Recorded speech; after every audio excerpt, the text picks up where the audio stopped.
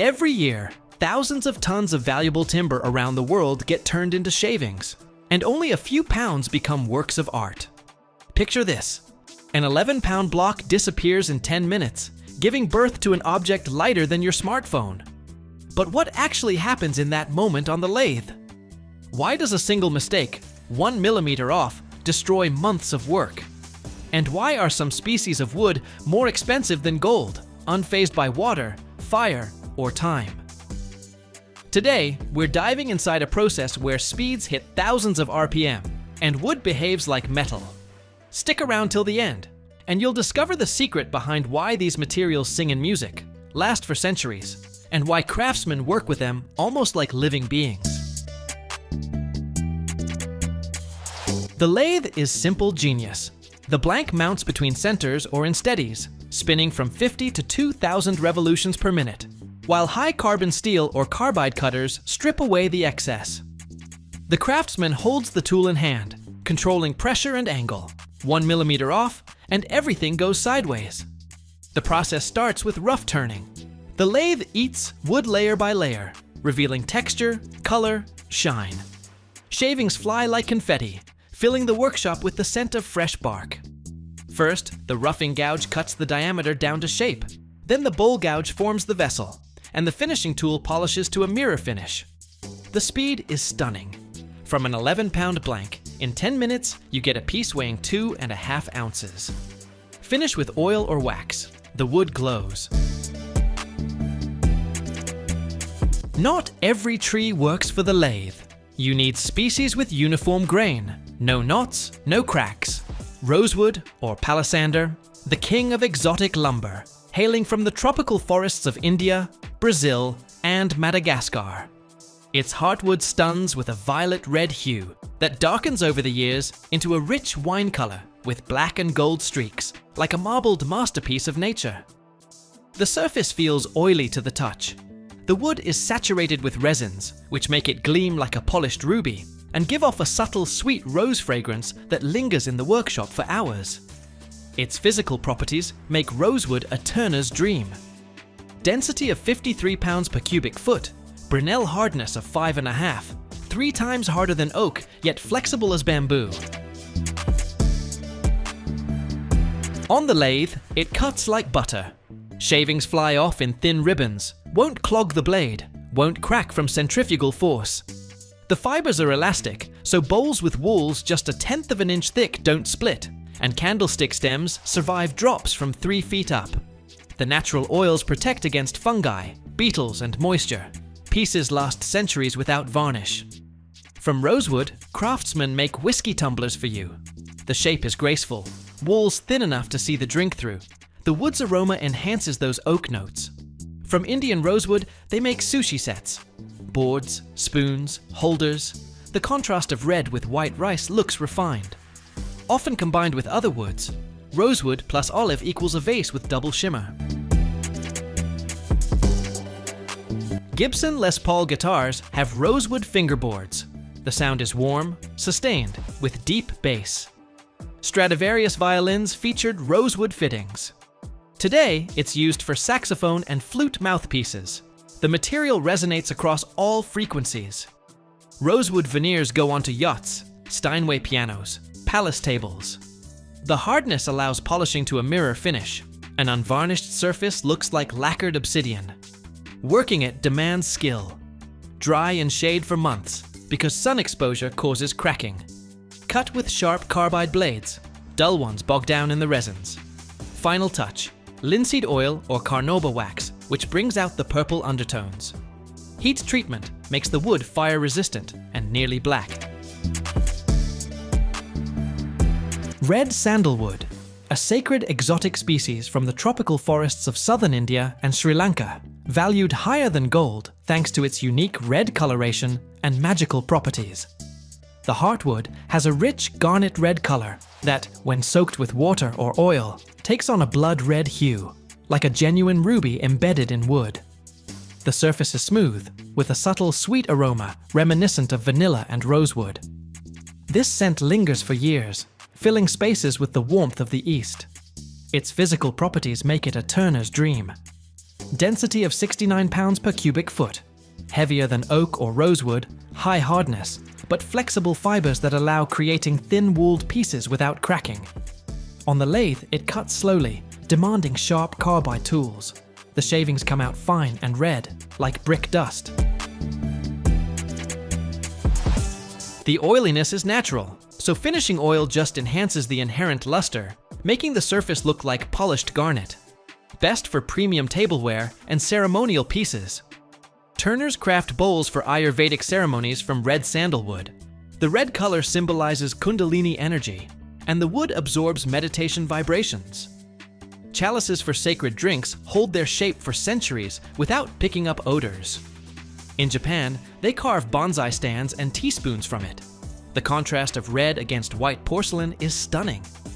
Sushi knife handles are status accessories running hundreds of dollars. Red sandalwood is beloved by masters of the bamboo flute tradition, where the tone comes out soft yet deep. Guitars with red sandalwood fretboards sound warm, with exotic overtones. In India, they make mridangams from it, drums for temple rituals, where the wood's vibrations amplify the meditative effect. Buddhist prayer beads, Hindu jewelry, ritual cups. Red sandalwood is considered a conductor of spiritual energy.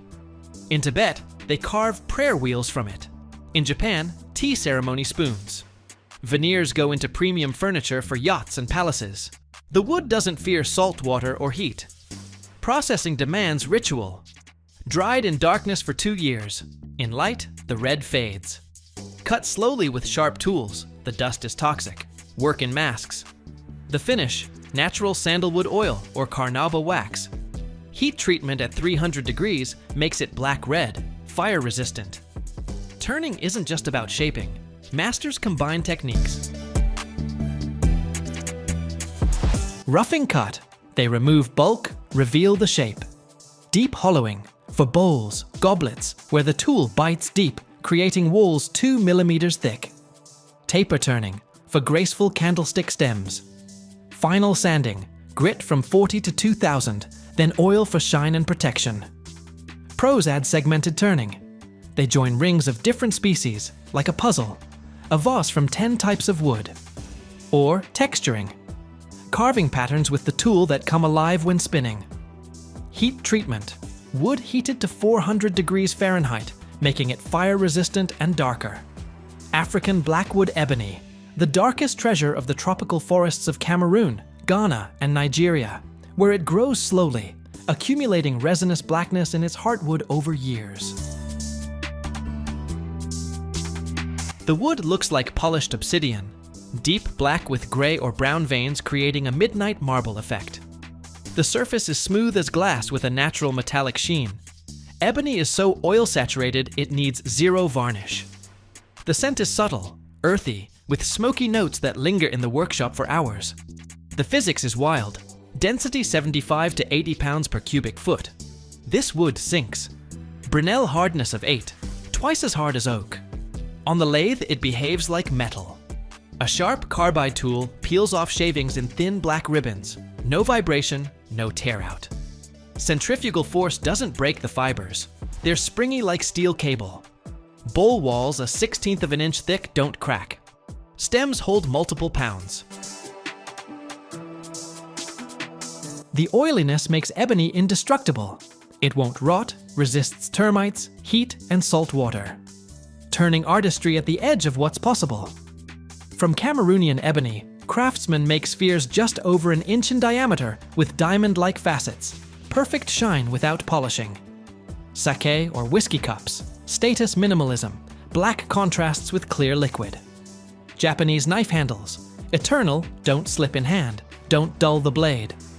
Often combined with silver or mother of pearl, ebony emphasizes the whiteness of the inlays. Musical instruments, legendary. Flutes, saxophone mouthpieces, double bass fingerboards, sound pure as crystal, without parasitic resonances. Ebony clarinet mouthpieces cost thousands of dollars. The material doesn't absorb moisture from the air.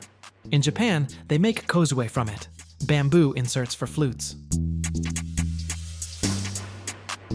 Rings, bracelets, pendants, Ebony's harder than bone, polishes to a mirror shine. Veneers for yachts, palaces, Patek Philippe watches. Ebony flooring, an eternal investment, never fades, never chips. Working it, that's where the master gets tested. Dried 3 years in darkness, light dulls it. Cut slow, a dull blade gums up in the resins.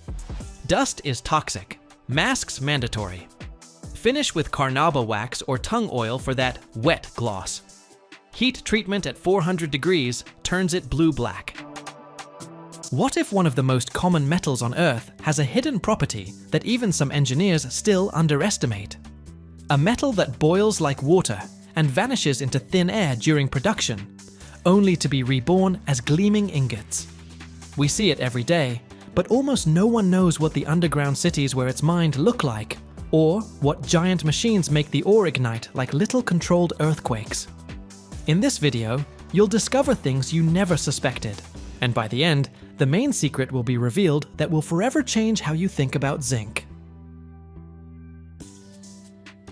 Zinc is the 4th most consumed metal in the world, right after iron, aluminum, and copper. That alone tells you just how critical it is for the global economy and industry.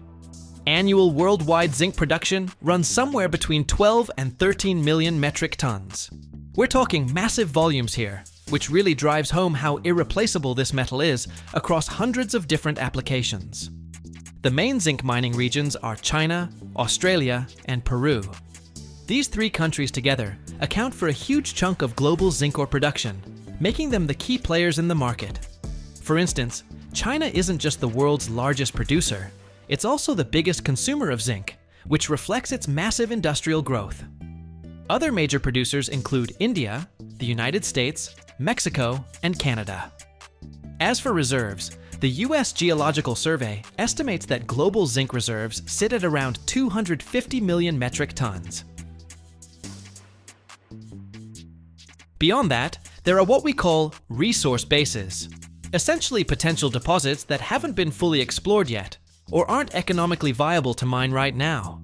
These are estimated at over 1,800,000,000 tons.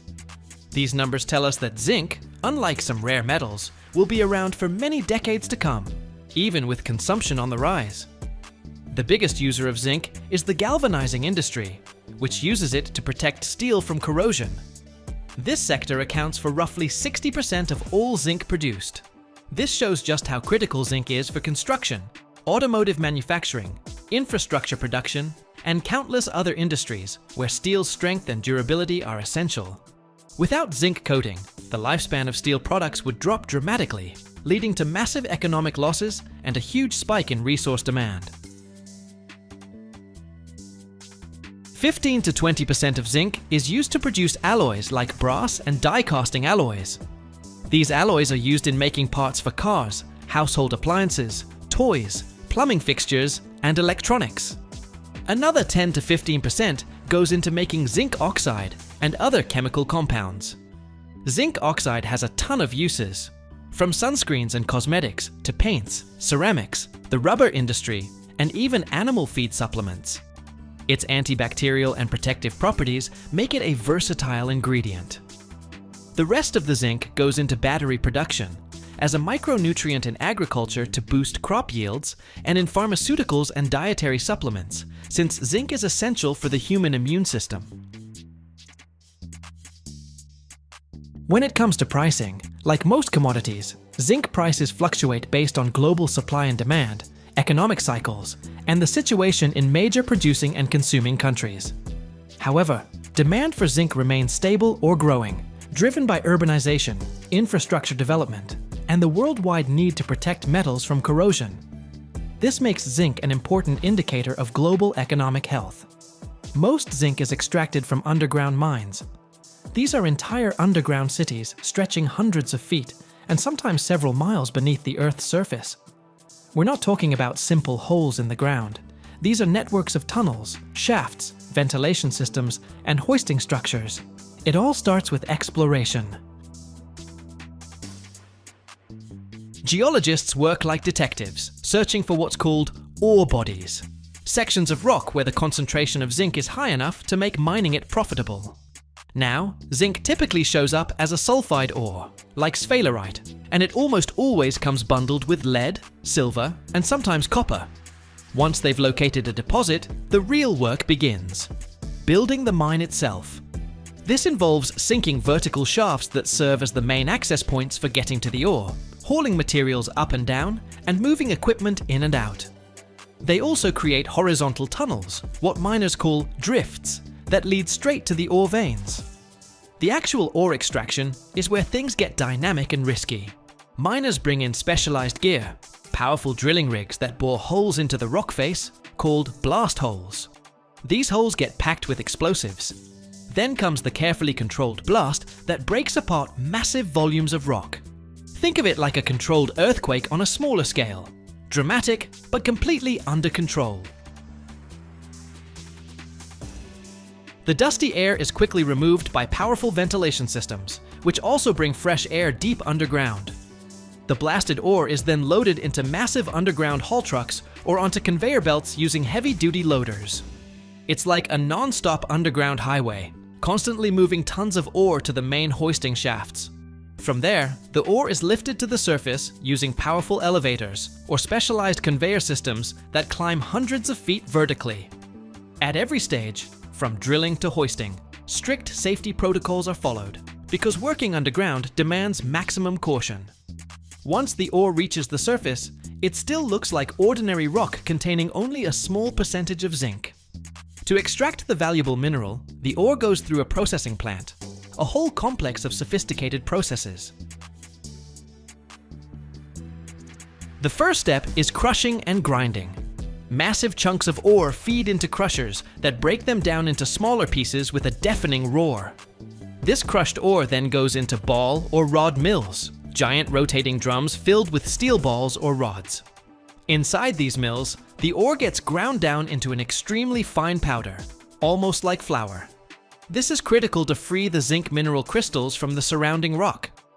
The next key stage is flotation. The ground ore powder gets mixed with water and special chemical reagents in large tanks called flotation cells. These reagents selectively stick to the zinc mineral particles, making them water repellent. Then air is pumped through this mixture, creating millions of tiny bubbles. Particles of zinc mineral latch onto these bubbles and float up to the surface, creating foam. Other unwanted minerals stay at the bottom. This enriched foam is collected. That's your zinc concentrate, which can pack up to 60% zinc. Since zinc often hangs out with lead, the plant might run several flotation cycles to separately pull out zinc concentrate from lead concentrate. The zinc concentrate you get, it's still not pure metal. It's got to go through metallurgical processing to turn into actual metallic zinc. And this is where we enter the world of extreme temperatures. If they're using the pyrometallurgical method, the zinc concentrate first gets roasted. The concentrate is heated in special furnaces at around 1,800 degrees Fahrenheit. This burns off the sulfur that's part of the sulfide ore, converting it into zinc oxide. During this process, the sulfur transforms into sulfur dioxide gas, which gets collected and used to produce sulfuric acid, a crucial industrial product. This not only cuts down on air pollution, but also creates an additional valuable byproduct. Next, the zinc oxide gets mixed with coal and heated to even higher temperatures, over 2,200 degrees Fahrenheit, sometimes reaching as high as 2,700 degrees, depending on the specific furnace technology. At these extreme temperatures, a reduction process takes place. The carbon strips away oxygen from the zinc oxide, releasing pure metallic zinc. And here's where that amazing evaporation effect happens. At these temperatures, the metallic zinc transitions into a gaseous state. Basically, it evaporates. Zinc has a relatively low boiling point compared to other metals. So in these furnaces, where the temperature is way higher, zinc literally turns into vapor that rises up and gets captured in special condensers. There, the vapor cools down and condenses, turning back into liquid metallic zinc. This liquid zinc is then poured into molds to create ingots or pellets. Every year, over 90 million tons of chemical fertilizers are produced worldwide, without which half of the planet's population would simply have nothing to eat. But how exactly are these granules, which nourish life on Earth, created? In the depths of giant underground mines, in reactors with a pressure of 5,000 pounds per square inch, and at a temperature of almost 900 degrees Fahrenheit, chemists transform gas, rock, and salt into something that becomes bread on our table. But behind this technological perfection lies a secret. A process that changed the course of history and at the same time put humanity at a risk that few people suspect. Watch until the end, and you will understand why these granules can be both a salvation and a threat. The production of chemical fertilizers is one of the most important industrial processes in the world, as it provides the key nutrients, nitrogen, phosphorus, and potassium, to support global food production. It is a complex, energy-intensive, and high-tech chain of chemical transformations that begins with the extraction of raw materials and ends with a granulated or liquid final product. Potash fertilizers, the source of which is potassium, are almost entirely made from natural deposits of potash salts, usually potassium chloride. The process does not require complex chemical reactions, as in the case of nitrogen or phosphorus, but is mostly a process of physical beneficiation. Potash ore is mined from underground deposits. The ore consists mainly of potassium chloride, table salt, and other minerals. After mining, the ore is crushed, and then the potash salt is separated from unwanted components. The main beneficiation methods include flotation and crystallization. Flotation involves mixing the crushed ore with water and special chemical reagents. The reagents selectively adhere to the particles of potassium chloride, and then the mixture is passed through a chamber where air is introduced. The potassium particles stick to the air bubbles and float to the surface, forming a foam that is collected. Crystallization, on the other hand, uses the difference in the solubility of salts with a change in temperature. The ore is dissolved in hot water, and upon cooling, potassium chloride crystallizes first, separating from other salts. The purified potassium chloride is dried and granulated to obtain a commercial product. If it is necessary to produce potassium sulfate, a fertilizer that is better suited for some crops sensitive to chlorine, potassium chloride can be chemically processed, for example, with sulfuric acid, although this method is more expensive. The production of nitrogen fertilizers, the largest group, is based on the synthesis of ammonia, which is a fundamental building block. This synthesis is almost entirely carried out by an industrial method known as the Haber-Bosch process. Nitrogen is obtained from ordinary air, and hydrogen is most often obtained from natural gas by steam reforming. The first step is the preparation of hydrogen. Methane reacts with superheated steam at a temperature of 1,400 to 1,600 degrees Fahrenheit and relatively high pressure, which leads to the formation of synthesis gas, a mixture of hydrogen and carbon monoxide. Then the carbon monoxide reacts with additional steam in a conversion reactor to produce even more hydrogen, converting carbon monoxide to carbon dioxide.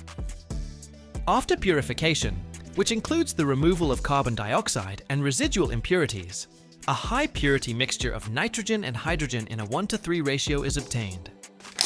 The Haber-Bosch process itself takes place in high-strength reactors, where the purified gases of nitrogen and hydrogen are passed over a catalyst, usually iron-based, at a temperature that typically ranges from 750 to 950 degrees Fahrenheit and at extremely high pressure, often from 2,000 to 5,000 pounds per square inch. The reaction, which shifts towards the formation of ammonia under high pressure, is exothermic. The ammonia that is formed is separated from the unreacted gases by cooling to a liquid state. The unreacted gases are returned to the process, which ensures high production efficiency. Liquid ammonia is either the final product or an intermediate raw material for obtaining other nitrogen fertilizers. For example, for the production of urea, liquid ammonia and carbon dioxide react under pressure and temperature, first forming ammonium carbamate, which is then dehydrated to the final urea. For the production of ammonium nitrate, ammonia is first oxidized to nitric acid, and then the nitric acid is neutralized with additional ammonia.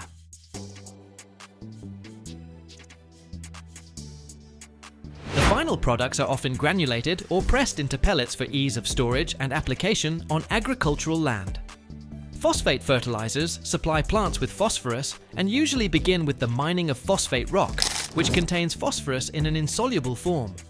To make phosphorus available to plants, the rock must be chemically processed, most often with sulfuric acid. The production of sulfuric acid, which is critically important, occurs by burning sulfur or pyrite to form sulfur dioxide, which is then oxidized to sulfur trioxide, and finally absorbed by water. The processing of phosphate rock occurs by the wet process. The crushed phosphate ore is treated with sulfuric acid in reactors.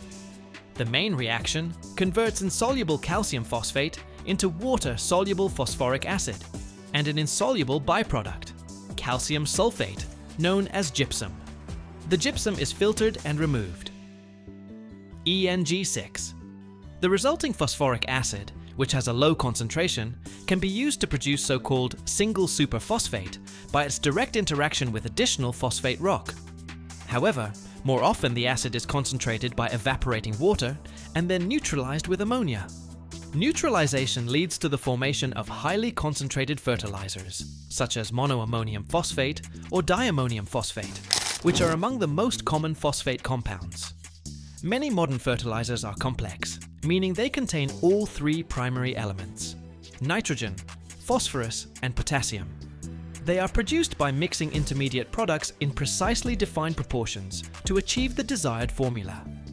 The mixing can be physical, meaning a simple mixing of granules of different fertilizers, or chemical, where all components are contained in one granule. Complex fertilizers are often subjected to granulation. At the initial stage, there is a precise dosing of all necessary components to achieve the desired nutrient formula. Dry powdered materials and often liquid components are fed into a mixer. Here, the raw material is thoroughly homogenized to ensure that each future granule will contain an identical balance of nutrients. This ensures uniform application, as the farmer can be sure that every square foot of the field will receive the required amount of nitrogen, phosphorus, and potassium. The mixed raw material enters the main apparatus, the granulator. In industry, two main types are common: drum granulators and pan granulators. A drum granulator is a large rotating cylinder installed at an angle. A binding agent, often water or steam, is added to the raw material, as well as heat. The rotation of the drum and the stickiness caused by moisture and heat cause the small particles of raw material to stick together and roll into granules. As the particles are coated with new layers of material, the granules increase in size. The heat supplied to the granulator, often in the range of 180 to 250 degrees Fahrenheit, not only promotes chemical reactions, but also evaporates part of the moisture, making the newly formed granules stronger. The granules coming out of the granulator are moist and not strong enough. To achieve the required hardness, they are sent to a large rotating dryer. There, hot air reduces the moisture content, usually to less than 1% by weight. This is a critical step, as excessive moisture will cause the fertilizer to cake during storage. After drying, the granules are cooled in a special cooler. Rapid cooling strengthens the granule structure and prepares it for final processing. The cooled granules pass through a system of screens that separates the perfectly sized granules from those that are too small or too large. Granules that are too large can be mechanically crushed. Particles that are too small and dust are returned to the mixing stage in the granulator, where they serve as seeds for the formation of new granules. This recycling cycle is the key to the high efficiency of the process and minimization of waste. The granules are calibrated to a precise range, for example, from 1/16 to 1/8 of an inch in diameter, which ensures their suitability for modern sewing equipment. One of the first in the United States to receive a patent for an artificial ice-making apparatus was Dr. John Gorey of Florida. His main goal was not to cool drinks, but to create cold air to cool rooms for patients suffering from yellow fever, as well as to produce ice for hospitals. This happened in 1851, and today it is estimated that about 2.5 million commercial ice makers operate in the United States of America, used in various fields, from restaurants to large industrial productions. Let's see how it all happens.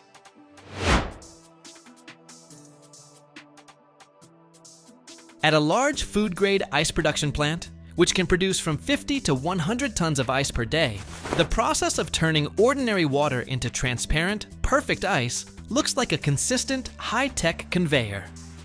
Here is a step-by-step visualization of how it happens, using the example of tube ice production, which is most often used for packaging in bags. Water, often from the city water supply, but sometimes from wells, is pumped into a large water storage tank. This is the starting point. From there, the water begins its journey through a system of mechanical filters to remove large impurities, rust, and sand. Next, it goes to a workshop where carbon filters are installed to remove chlorine and organic substances that affect the taste, and, most importantly, reverse osmosis or deionization systems.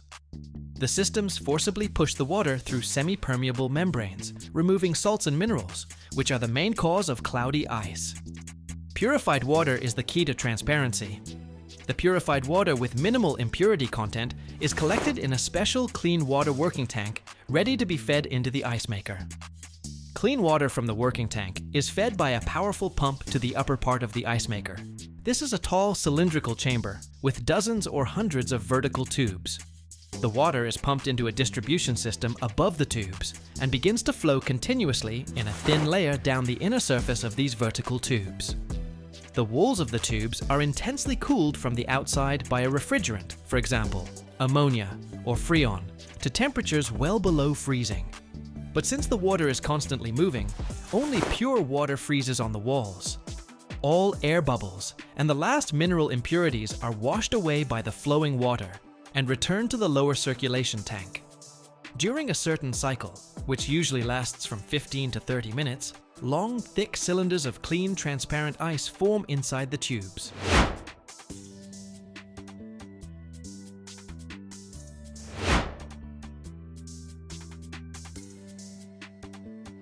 When the ice reaches the required thickness, the valves in the ice maker system switch sharply. The refrigerant is turned off, and instead, hot gas from the compressor is supplied to the outer walls of the tubes. This thermal shock instantly melts the thinnest layer of water between the ice and the tube wall. The huge ice tubes fall under the force of gravity from the machine down onto a cutter. The knife cuts them into even, standard pieces that we are used to seeing in bags. From there, the ice is transferred to a belt conveyor. The ice falls into a large insulated storage bunker, the ice storage bin, where the temperature is maintained slightly below freezing. The bunker is not a freezer, as the ice must be free-flowing and not stick together. From the bunker, the ice is automatically dosed onto packaging machines, where it is weighed, sealed in bags, usually of 7, 10, or 20 pounds for the consumer market, and transported to pallets for further shipment. Thus, the quality, transparency, and safety of the ice are ensured precisely by the combination of thorough filtration in the first stage and constant circulation of water during freezing in the second stage.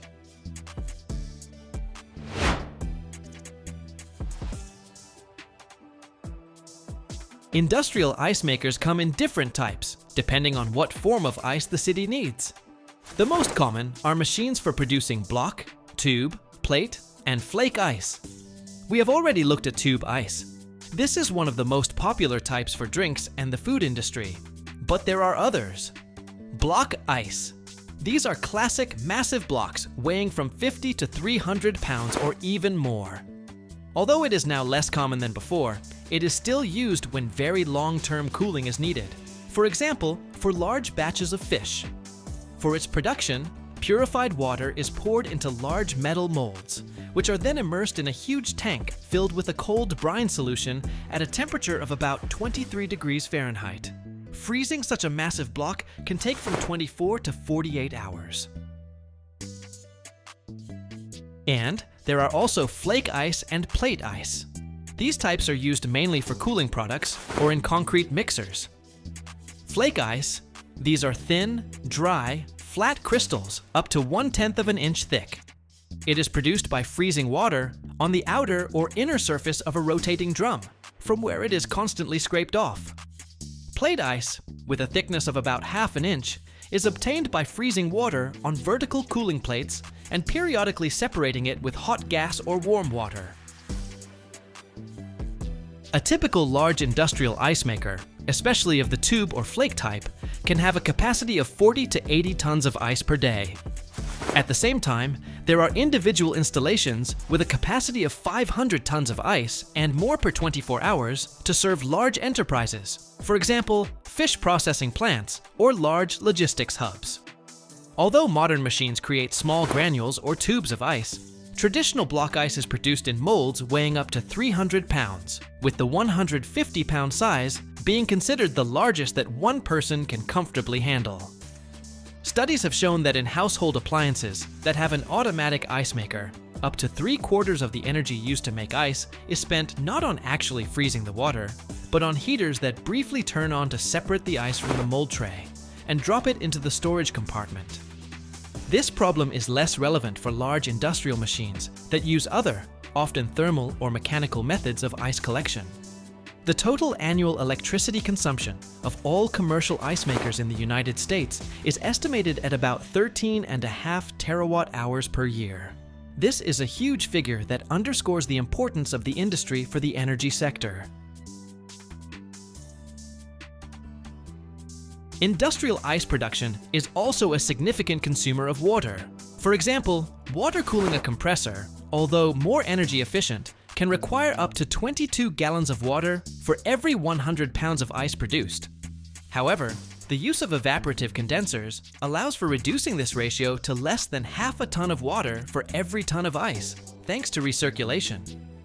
Before the invention of industrial refrigeration units, in the 19th century, the natural ice trade was a huge and influential industry in the United States.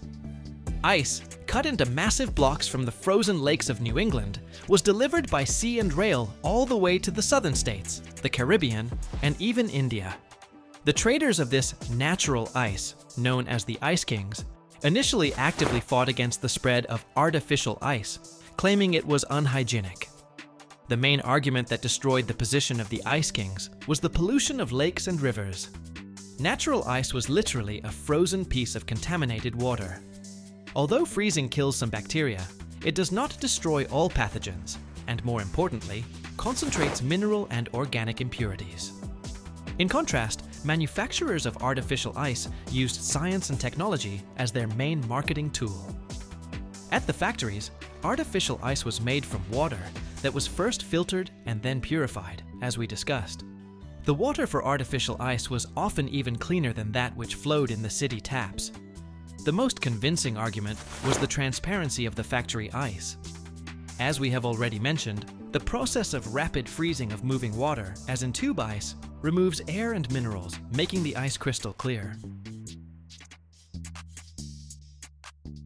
Every year, over 1 billion feet of steel chains are produced worldwide, from those that lift sea cranes to those that support bridges. But only a few of them go through a journey where precision is measured in microns, and every spark during welding is the beat of a metal heart. Imagine, a piece of ordinary steel transforms into a link capable of withstanding tens of tons. How exactly? In a few minutes, you will see how a force that cannot be broken is born. And if you watch until the end, you'll learn the secret that determines whether a chain will survive under maximum load. Our journey begins not in the noisy workshops, but much earlier, in the design office. It is here, at the design stage, that engineers determine what our chain will be like. What is it intended for? What loads must it withstand? Will it operate in an aggressive environment? The answers to these questions dictate the choice of material. In the vast majority of cases, for the manufacture of welded chains used in lifting mechanisms, industry, construction, or as fastening elements, we use high-quality steel rod. Take a look at these warehouses. Here they are, our round bars, thick, heavy, shining with strength. They can have different diameters, from a few millimeters for light chains to tens of centimeters for true giants that lift tons of cargo. Each batch of rods undergoes a thorough incoming inspection. The metallurgical laboratory checks the chemical composition of the steel, its mechanical properties, tensile strength, impact toughness. This is critically important, as the safety and reliability of the final product depend on the quality of the raw material. Only rods that meet the highest standards are allowed for further processing. This is the first, but extremely important, step in ensuring the unsurpassed quality of our chains. So, our selected steel rod is ready for transformation. The next stage is cutting. Here, high-precision cutting machines come into play, which, like surgeons, cut long rods into sections of a perfectly specified length. These sections will become our future links. Every millimeter matters, as the uniformity and correct geometry of the entire chain depend on the cutting accuracy. Operators carefully monitor the process, controlling the dimensions of each blank. And now we move on to one of the most spectacular stages: forming the link. Look at this powerful machine. It's an automatic press or a special bending unit. The metal section, heated to a plastic state, and sometimes without preheating if the diameter and steel grade allow, is fed inside, and under colossal pressure or a complex bending motion, it is transformed. Before our eyes, a straight rod is bent into a perfect oval or round shape, the future link. It is important that the ends of the rod are not completely joined, leaving a small gap, a seam. This seam will be a key element for the next stage. The newly formed link is fed to a mechanism that threads it through an existing link of the chain. It's like an amazing dance where one part is woven into another, creating a single whole. And now, the most important moment: welding. Most often, electric resistance welding, or flash butt welding, is used for chains. This is a high-tech process where the ends of the link that form the seam are clamped between electrodes. A powerful electric current is passed through them, which instantly heats the metal to its melting point. See those bright flashes? The fountains of sparks? That's the metal melting. And then under the pressure of the electrodes, an upset occurs. The ends are joined, forming a strong, homogeneous weld. In some cases, especially for very large chains, arc welding may be used, but the principle remains the same, creating an unbreakable metal joint. This weld is not just a connection. It's the weakest point of the link, and it is here that its future strength is established. Welding masters are true virtuosos, as the integrity of the entire chain depends on their work. After welding, the excess metal can be trimmed or processed for smoothness. The newly formed and welded chain, although strong, has not yet revealed its full potential. To meet the highest requirements for strength, durability, and safety, it goes through a series of finishing processes. The first of these is calibration. The long chain passes through special dies under pressure. This ensures the precise dimensions of each link, eliminates minor deformations after welding, and gives the chain uniformity. A calibrated chain will be ideal for working with sprockets and other mechanisms where precision is critical. After calibration, the chain heads to the heart of the factory: heat treatment. This stage is one of the most important and determines the final mechanical properties of the chain. Depending on the steel grade and desired characteristics, the chain may undergo several operations. Let's talk about each of them separately. Quenching. The chain is heated to a high temperature in special furnaces and then rapidly cooled in water, oil, or a polymer solution. This makes the steel very hard but brittle. Tempering. To eliminate the brittleness after quenching and increase the ability to absorb impact energy without breaking, the chain is heated again, but to a lower temperature and cooled slowly. This process gives the chain the necessary balance between hardness and ductility, normalizing. Sometimes, instead of, or in addition to, quenching and tempering, normalizing is used, heating to a certain temperature, followed by cooling in air. This improves the metal's structure and relieves internal stresses. All these processes are carefully controlled by computer systems, as even a small change in temperature or holding time can significantly affect the final result. Heat treatment is a true art of controlling the properties of metal. After heat treatment, the chain comes out of the furnace, but its journey is not yet over. At this stage, it may have scale on it, a layer of oxides formed at high temperatures. Therefore, the next step is cleaning. This usually happens in special shot blasting chambers. Thousands of small metal shot particles under high pressure bombard the surface of the chain, knocking off scale and other contaminants. The result? The chain becomes clean, smooth, with a pleasant metallic sheen, ready for the next stages. In order for our chain to serve long and reliably even in difficult conditions, it needs protection from corrosion. This is where coating comes into play. The most common method is galvanizing, which can be hot dip or electroplating. In hot dip galvanizing, the chain is immersed in a bath of molten zinc at a temperature of 860 degrees Fahrenheit. Zinc, interacting with steel, forms a strong protective coating that not only prevents rust, but also has the property of self-healing for minor damages. In electroplating, the chain is placed in an electrolytic solution, and under the action of an electric current, zinc deposits on the surface of the steel. This coating is thinner, but gives the chain a more aesthetic appearance.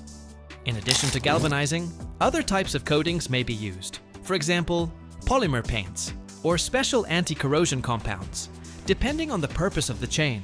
We are approaching the final stage, and this is perhaps the most responsible moment: testing. It is here that our chain confirms its readiness to perform the most complex tasks. Every single chain undergoes a whole complex of checks for compliance with international safety and quality standards. Look at this huge test stand. Here the chain is subjected to colossal loads. It is stretched with a great force, which significantly exceeds its nominal working load, but at the same time does not reach the breaking point. This is the so-called proof load test. During this process, possible hidden defects and weak points that could manifest during operation are revealed. If the chain successfully passes this test, it means that it will withstand the declared loads and ensure safe operation. In addition to this, other types of control are carried out. Specialists carefully inspect each link for cracks, deformations, quality of welds, and coating. With the help of special calipers and measuring instruments, the compliance of the link sizes, their shape, and the chain pitch with the specified parameters is checked. From each batch of chains, samples are taken, which are then subjected to breaking tests.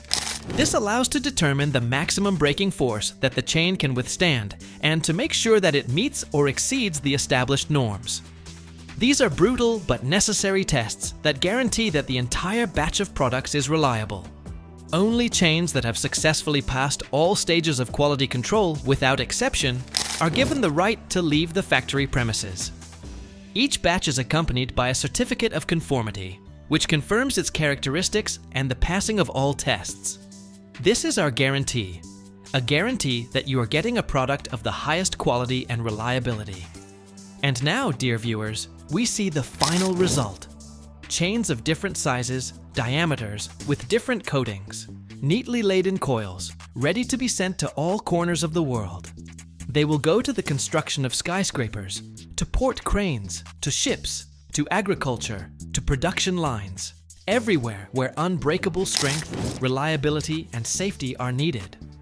From small, elegant chains for decorative purposes to huge ones that lift bridges, each of them has gone through a long and complex path of transformation, from raw metal to a high-tech product. Imagine this. The box you threw away yesterday could be back in the store tomorrow, just in a different form.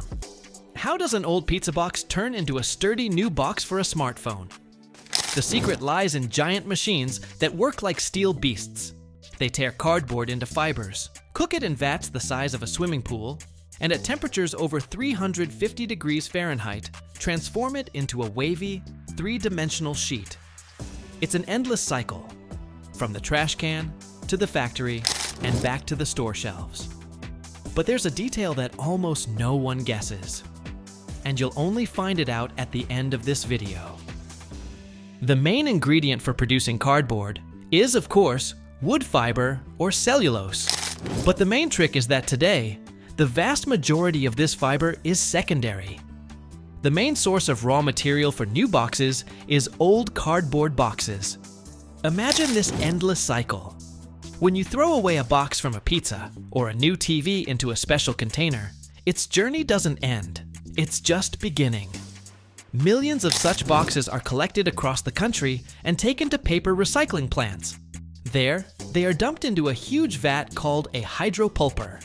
This is essentially a giant kitchen blender the size of a swimming pool, filled with hot water. Huge blades mix this mass, and the cardboard, soaking, breaks down into individual cellulose fibers, turning into a thick, gray-brown slurry called pulp. During this process, all foreign impurities are removed from the pulp: plastic tape, metal staples, glue residues. Then this mass is thoroughly washed and cleaned to obtain a clean, ready for a new life cellulose fiber. This is the heart of our future cardboard. But secondary fiber cannot live forever. With each recycling cycle, the cellulose fibers become a little shorter and weaker. Imagine you're copying a copy. With each time, the quality drops a little. To maintain strength, fresh blood, primary cellulose fiber, must be added to this recycled mass. And this is where we finally get to the forest. But these are not the ancient forests we see in movies. The raw material for primary cellulose is usually either waste from sawmills, such as wood chips and sawdust left after board production, or fast-growing tree species, like pine, which are grown on special, managed forest farms. This is similar to growing corn. Trees are planted, they grow quickly, they are cut down, and new ones are immediately planted in their place. This wood is also turned into chips, cooked in chemicals to dissolve the natural glue, and turned into a pure cellulose mass. And so, at the paper mill, these two streams, a huge river of recycled fiber and a smaller stream of fresh, are mixed in ideal proportions. This liquid pulp is then poured onto a huge screen, where water is squeezed out of it, and it turns into an endless ribbon of paper, which is then wound into those same giant rolls, ready to become new boxes. At the paper factory, it all starts with 3 giant rolls of paper, each weighing several tons. 2 rolls are flat liner paper, and 1 is paper for the wavy layer. A giant, dense roll of brown paper, called medium. Its edge is fed into a true steel beast, which is the heart of the entire corrugator. This is the corrugating press. The main actors here are 2 huge, massive cylinders of hardened steel, installed one above the other.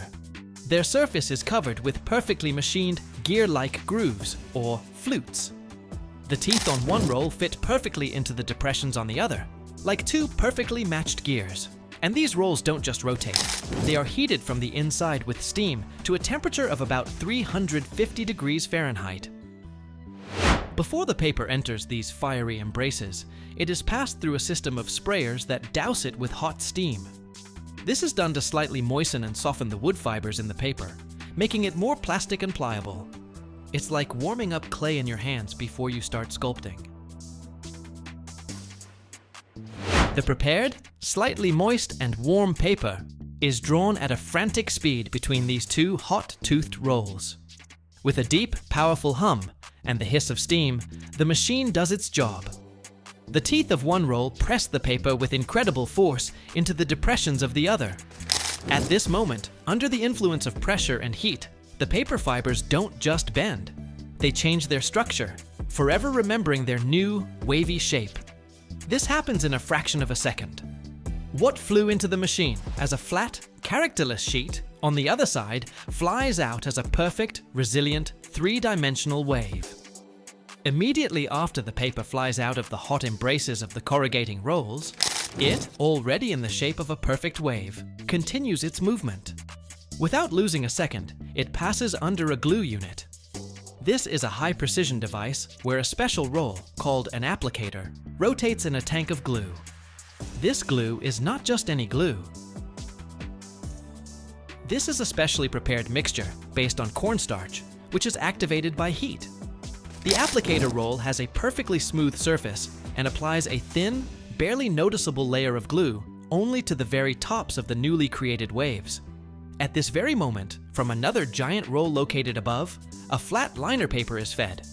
It descends onto the glue-coated waves, and this whole 2-layer structure is immediately clamped between the corrugating roll and another, smooth pressing roll. The heat and pressure instantly bake the glue, and a single-sided corrugated cardboard is born. Essentially, a flexible sheet with 1 flat side and 1 wavy side.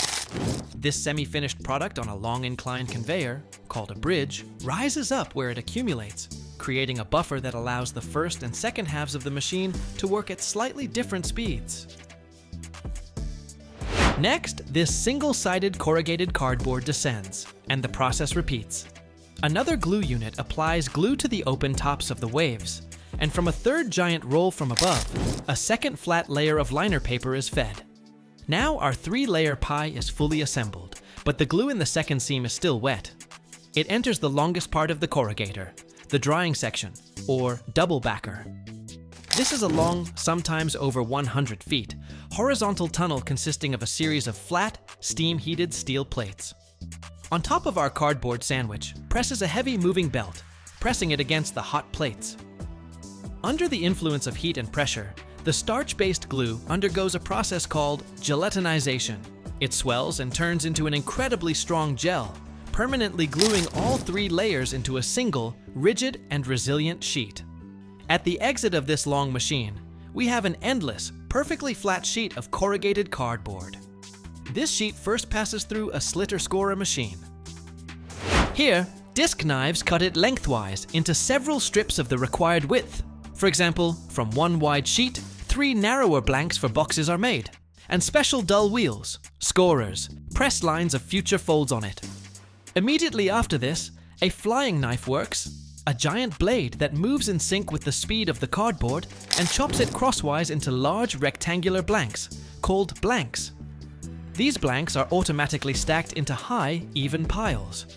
Next, these piles are sent to a converter line, for example, to a flexo-folder gluer machine. Here, the blank first passes through a printing section, where rubber clichés apply logos and text. Then it goes under a slaughter, a set of knives that cut out grooves that separate the future flaps of the box. Immediately after this, the machine folds the blank along the central line and applies a strip of cold glue to a special side flap. The final rollers press this seam, and a finished but flat, folded box flies out of the machine. This final touch, gluing or sometimes stitching the side seam, completes the process. The finished flat boxes are collected, automatically counted, and stacked into bundles, which are then tied with a strap and ready to be sent to the warehouse, where they will wait to become a home for any product in the world.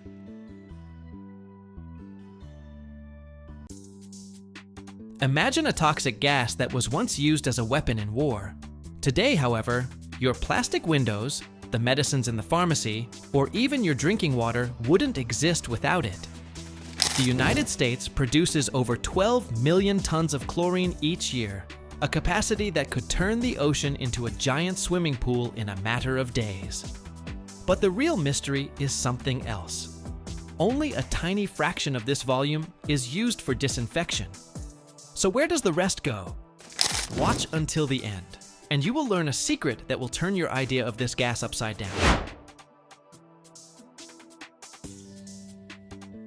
The United States is one of the world's largest producers of chlorine. Annually, the country's factories produce over 12 million tons of this gas. This number is simply mind-boggling.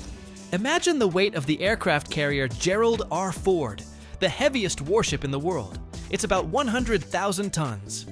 This means that in a year, American industry produces as much chlorine as 120 such aircraft carriers weigh. This huge amount makes chlorine one of the 10 most produced chemicals in the country. It all begins not in a laboratory, but deep underground. The main ingredient for our recipe is ordinary rock salt, or sodium chloride. But it's not brought to the factory in salt shakers. It is either mined in the form of huge blocks, or, much more efficiently, pumped out from under the ground. Water is pumped into deep underground salt deposits. The water dissolves the salt, forming a saturated salt solution called brine. And it is this concentrated, salty as tears solution that is our raw material. But it's still dirty. It's full of impurities, calcium, magnesium, and other minerals that can clog our expensive equipment. So before the main show begins, the brine undergoes a thorough cleaning. It is passed through a whole series of tanks where, with the help of chemicals, all impurities are precipitated and filtered out of it. At the exit, we get a perfectly clean, transparent, and very salty solution, ready for the main event, electrolysis.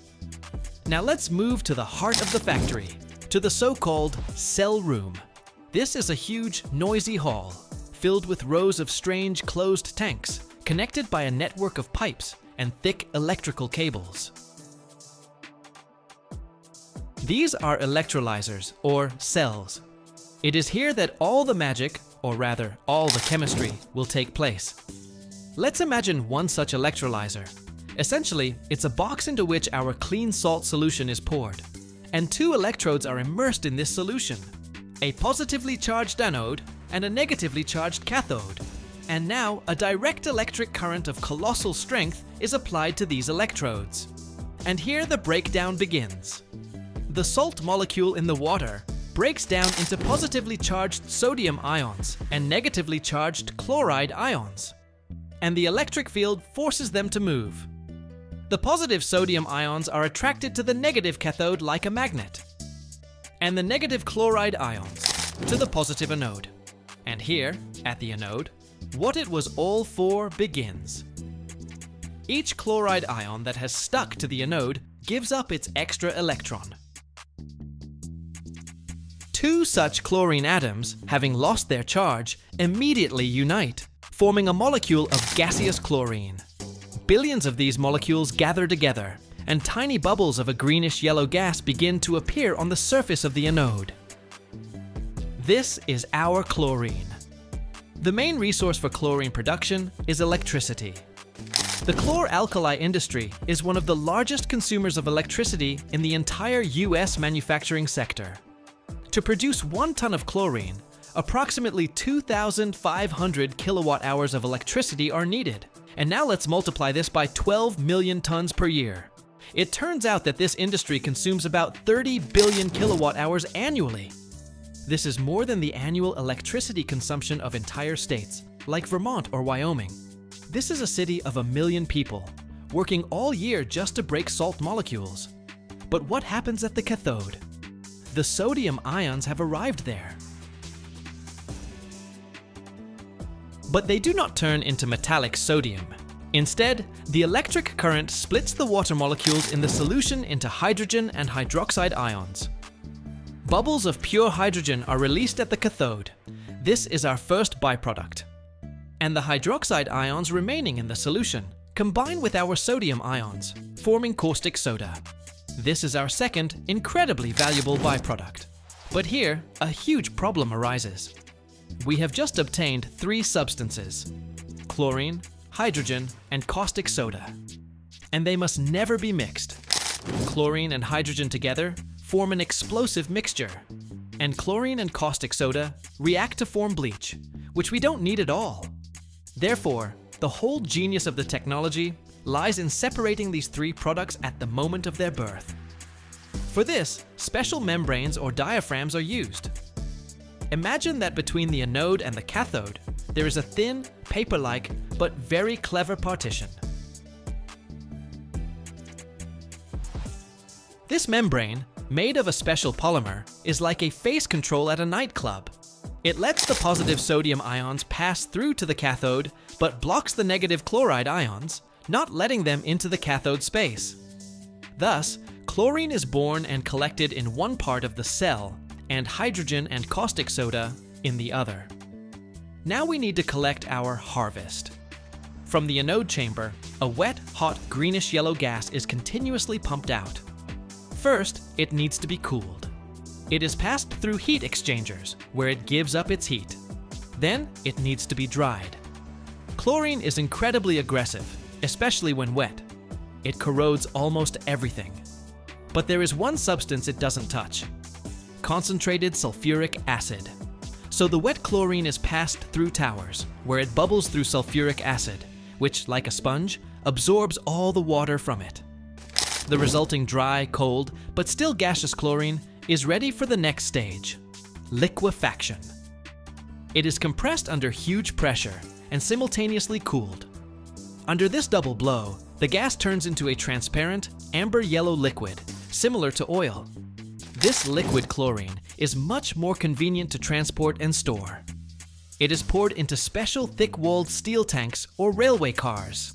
Every step of this process takes place in conditions of absolute hermeticity because a leak of this gas is deadly. And what about our byproducts? They are no less important. The hydrogen we obtained is collected, purified, and used either as fuel for the plant itself or sold for the production of ammonia or in the food industry. And the resulting caustic soda solution is pumped out, concentrated by evaporating the excess water, and sold. This is one of the most important products in the chemical industry, used for the production of soap, paper, aluminum, and much more. And so, from simple salt water, by passing a huge amount of electricity through it, people have learned to obtain 3 extremely important substances at once, which are the foundation for thousands of other products that surround us in everyday life. And now, let's see where all this huge amount of chlorine goes. You might think it all goes to disinfecting swimming pools, but that's just a drop in the ocean. In fact, less than 5% of all chlorine is used for water disinfection. So, where does the other 95% go? It is a key building block for other products.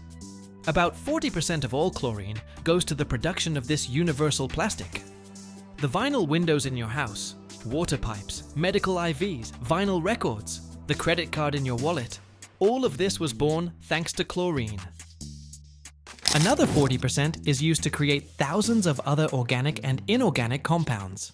Pharmaceuticals, solvents, refrigerants, herbicides, insecticides. The list is endless.